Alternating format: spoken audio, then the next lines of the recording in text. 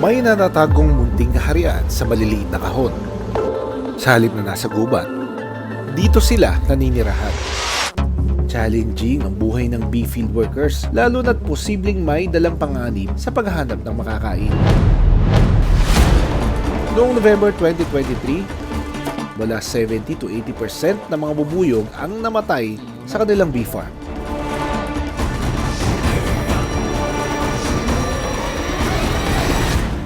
Sinusuyod ang bawat ugat ng damo. Nang makaramdam ng parang may nakamasid sa kanila, bigla silang naging alerto. Dahil ang lugar na napupunta nila, pagmamayari na ng iba. Dito daw, nagkakaroon ng conflict ng mga baboy ramo at yung mga farmers na nagtatanim ng kamo. So naglalagay din sila ng trap para sa mga baboy ramo. Pero ang nasilo,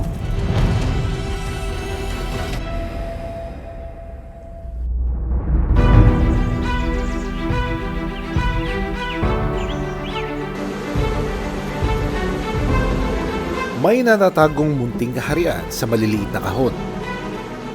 Sa halip na nasa gubat, dito sila naninirahan. Lalo na't may banta na maubos ang kanilang lahi.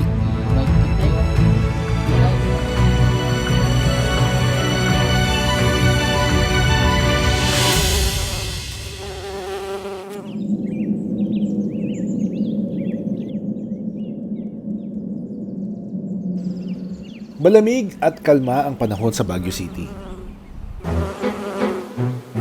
Tamang-tama at naghahanda na rin maghanap ng pagkain ang field worker bees. Sa kanilang grupo, sila ang bida at nauuna sa paghahanap ng pagkain. Ready na sila. 5 kilometro mula sa kanilang bahay ang kanilang iikutan. Don't worry, tinagurian silang Master Navigator. Kaya siguradong hindi sila maliligaw pa uwi.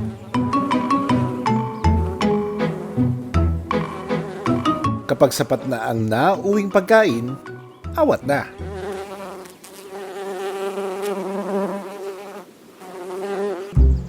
Oras na para bumalik. Pero wait, bago sila papasukin, nandyan ang guard bees.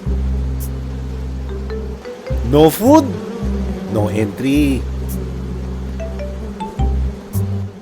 Ang isang field worker mukhang walang dala.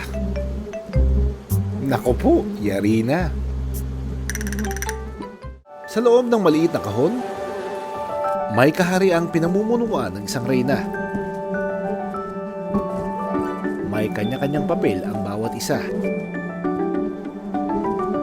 Abala ang mga cleaner bee sa paglilinis sa kanya.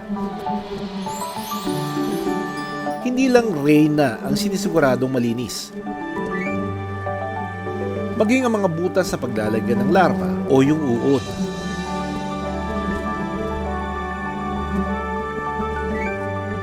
Ang ganitong gawi, training umulo nila para sa susunod na promotion.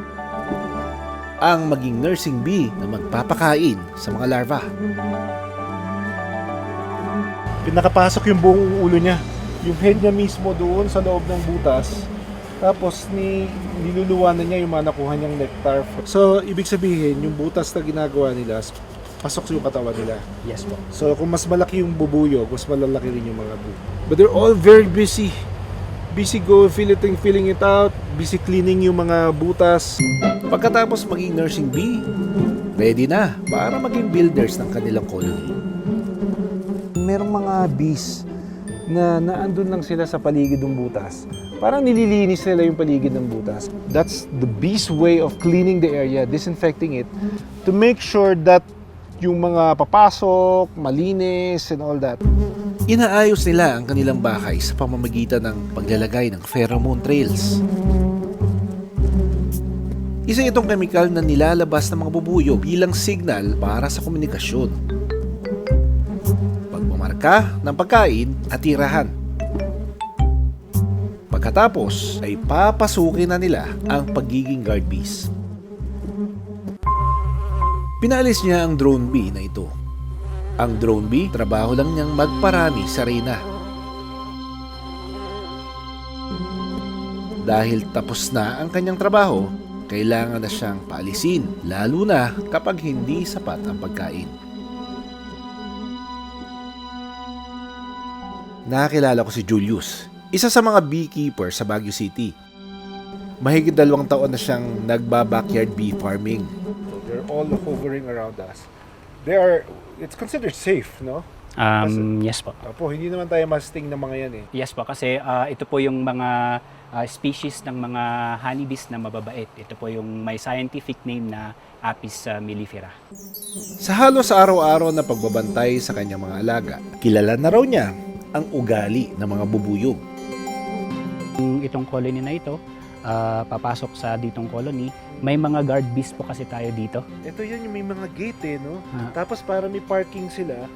Parang spaceship, di ba? May parking na, tapos papasok sila doon sa loob, no? Yes po, usually po may mga guard bees po tayo dito. Guard bees. Yes po. Sila po yung nag-check kung may dala ba silang nectar Paano kung or walang dalang nectar yung bee? hindi po nila papapasukin. Ganun? Yes po.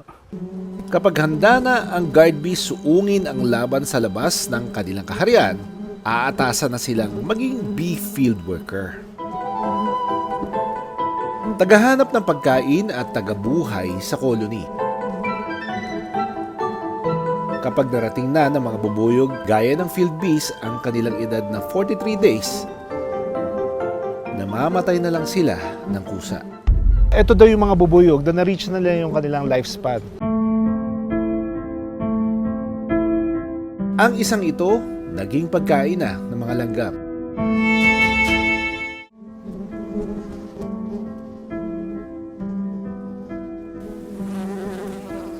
Challenging ang buhay ng bee field workers, lalo na't posibleng may dalang panganib sa paghahanap ng makakain. Ang Baguio Benguet ay maraming mga vegetable farm. Mga vegetable farmers po natin na nag-i-spray sila ng pesticides. And then, na-affect yung ating mga honeybees kasi especially yung mga flowering plants. And then, pumupunta itong mga honeybees natin para kumuha ng nectar and then nakukuha na nila yung pesticide. Ang pesticide na nakukuha ng field bee sa labas ng colony, posibleng nilang ikamatay. Halimbawa, may mga honeybees na umuwi sa colony and naiuwi nila yung pesticide, maraming mamamatay. Noong November 2023, wala 70 to 80% ng mga bubuyog ang namatay sa kanilang bee farm. Sabi ng United Baguio Beekeepers Association, posibleng lumala ang sitwasyon kung patuloy ang paggamit ng hard pesticide. Sa ngayon po, marami pong tinatawag na cases of beehive poisoning. Hindi minsan naiiwasan na yung mga halaman na nasprayhan po ng highly toxic pesticide ay nakukuha po ng ating mga alagang bubuyog during their pollination activity. Dahil inaalagaan, mas namomonitor po natin kung gaano karami yung namamatay at kung ano nangyayari sa kanila. Yung pong ating wild bees, napapansin na lang ng mga honey hunters na mga kasama po natin na paunti rin ng paunti. Ayon sa United Nations, ang posibleng pagkaubos ng mga bubuyog ay 1,000 beses na mas pataas kaysa normal. Isa na dyan ang paggamit ng pesticide. Kaya target ngayon na mapababa ang epekto ng pesticide sa mga bubuyog sa taong 2030.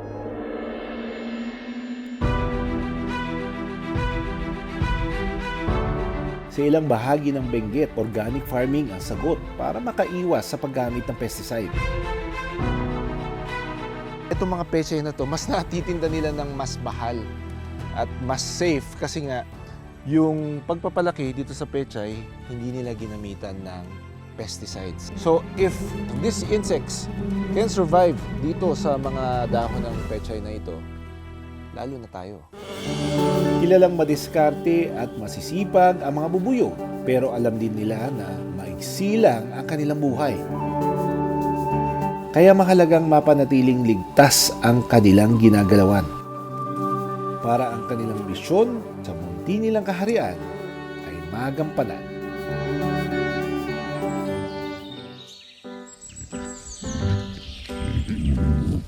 Isang pamilya ng Palawan bearded pig ang tahimik na nanginginain.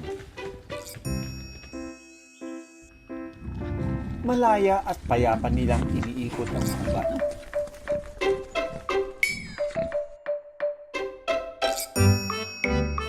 Ang hindi nila alam, may mga nakabang na patibong sa kanilang paligid.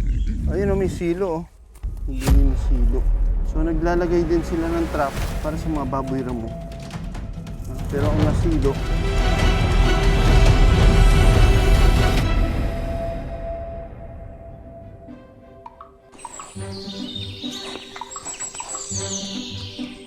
Paamoy-amoy ng lupa at halaman. Sinusuyod ang bawat ugat ng damo.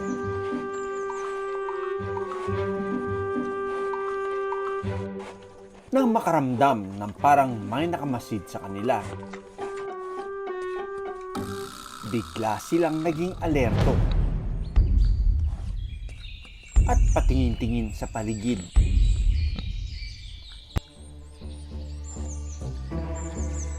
Kailangan nilang maging maingat dahil ang lugar na napupunta nila pagmamayari na ng iba. Ang mga tao dito, trespassing sila at ang presensya ng mga baboy ramo, perwisyo umano. Nandito tayo sa pinakadulo ng pista ng Balabac, ano? And dito daw nagkakaroon ng conflict ng mga baboy ramo at yung mga farmers na nagtatanim ng kamote. Nakilala ko si Joslan. Ang kanyang taniman ng kamote, halos linggo-linggo dinarayo ng mga baboy ramo. Sa kuha ni Joslan, isang baboy ramo ang pag-alagala sa kanyang bakuran. ayun! Ang laki! Ang itim! Look at that head! Ang tulis! May balahibo pa, oh! Ayun, oh! Ang kapal ng katawan! Mabalahibo! Pumunta po yun sa may kanyugan na malinis. Hindi ko lang po alam kung ano yung pakay nila doon. Grabe, oh! Lalaki siguro yun, ano? Ha? Opo. Barako? Wow! Broad daylight! Naka-video siya ng baboy ramo. Yung Palawan bearded pig. Ganon kagrabe. Pagka nakikita mo na sila during the day at meron kayong nakikita mga baboy ramo, that means talagang grabe yung yung inhabitation dito. Itinaboy niya ito papalayo at agad namang kumaripas ng takbo ang baboy ramo. Ang dami pong baboy ramo dito sa amin, Dok, sa totoo lang. So parang perwisyo na din po sila sa amin kasi kinakain po nila yung mga kamutihang kahoy namin na tinatanim po. Araw po, gabi, wala pong pinipiling oras. Pag gusto po nila sumalakay, pumupunta po sila kahit araw. Mapagabi o umaga, ang bakuran ng mga magsasaka sa Balabac, Palawan, dinarayo umano ng mga baboy ramo. Ang pakay nila, kamoteng kahoy. Sasamahan tayo ni Joslan para tignan yung mga ebidensya ng pananalasa ng mga baboy ramo dito sa bakuran na ito. Biro mo, nakabakod na yan, ha? Pinasok pa rin ang baboy ramo. Kung tutuusin, doble na ang ginawa nilang bakod. May kahoy at net na pero napapasok pa rin daw ito ng baboy ramo. Gamit ang kanilang matitibay na nguso at pangamoy na sobrang tatalas, kayang-kaya raw nilang bungkalin ang lupa para makatawid sa ilalim ng bakod. Ayan, oh. Hindi pa nakakalaki. Kinain na. Look at that. Wala na yung laman. Kinain na ng baboy ramo. When we listen to problems like this, we try to give them solution suggestions, ano? At the same time, bigyan natin din ng importansya yung wildlife. Hindi natin pwedeng isuggest na i-cull sila But i-manage lang yung mga baboy ramo na ito dahil siyempre endemic yan sa Palawan eh. So, anong mga ginagawa ng mga tao para maprotektahan yung mga pananim nila? Binabakod na lang po nila, Dok, at nilalagyan po nila ng mga silo para makuha po yung mga baboy ramo. Pero alam nyo na bawal manilo ng mga baboy ramo. Opo, bawal naman po. Pero ang pinaglalaban na lang po ng mga tao na paano po kung wala na po silang kabuhayan. Yun na lang. Pero ang mga baboy ramo, habang tumatagal, tila mas tumatalino. Naaamoy din po nila yung bakas ng tao na pag bago yung silo, hindi po nila dinadaanan po. Iniiwasan po talaga. Ang Palawan bearded pig ay may maskline na itsura. Mayroon din itong puting balbas kaya ito tinawag na bearded pig. Ito ang pinakamalaking uri ng baboy ramo sa Pilipinas. At sa Palawan lang sila makikita. Matagal na raw ang problema nila sa baboy ramo. Sa palagay mo, anong dahilan kung bakit sila bumaba dito? Palagay ko po, Dok, isa po doon sa kakulangan ng pagkain at saka pagkasira ng kanilang tahanan. Yun. So alam nyo yung dahilan at ito yung naging epekto. Ano? Parang inokupahan na natin yung kanilang teritoryo. Parehong sitwasyon din ang nararanasan ng mga taga-Rabor sa Balabac.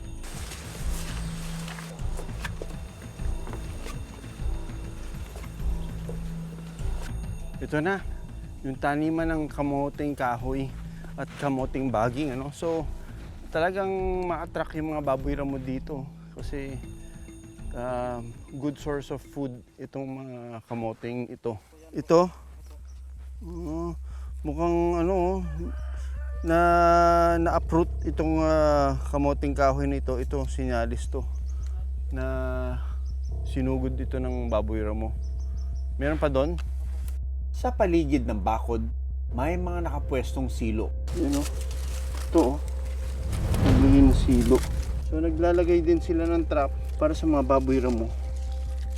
Pero ang nasilo, bayawak. Posibleng matagal lang nasilo ang bayawak, kaya balat na lang nito ang natira. Ayun o, may silo o. Ito po yung silo ng baboy. Ayan. So mukhang nakatakas to. May mga trap na linagay. Pero deactivated na siya. Ang mga trap mukhang napigtas sa lakas ng baboy ramo. Malaking dahilan ng kanilang pagbaba mula sa kabundukan ay ang kawalan nila ng pagkain.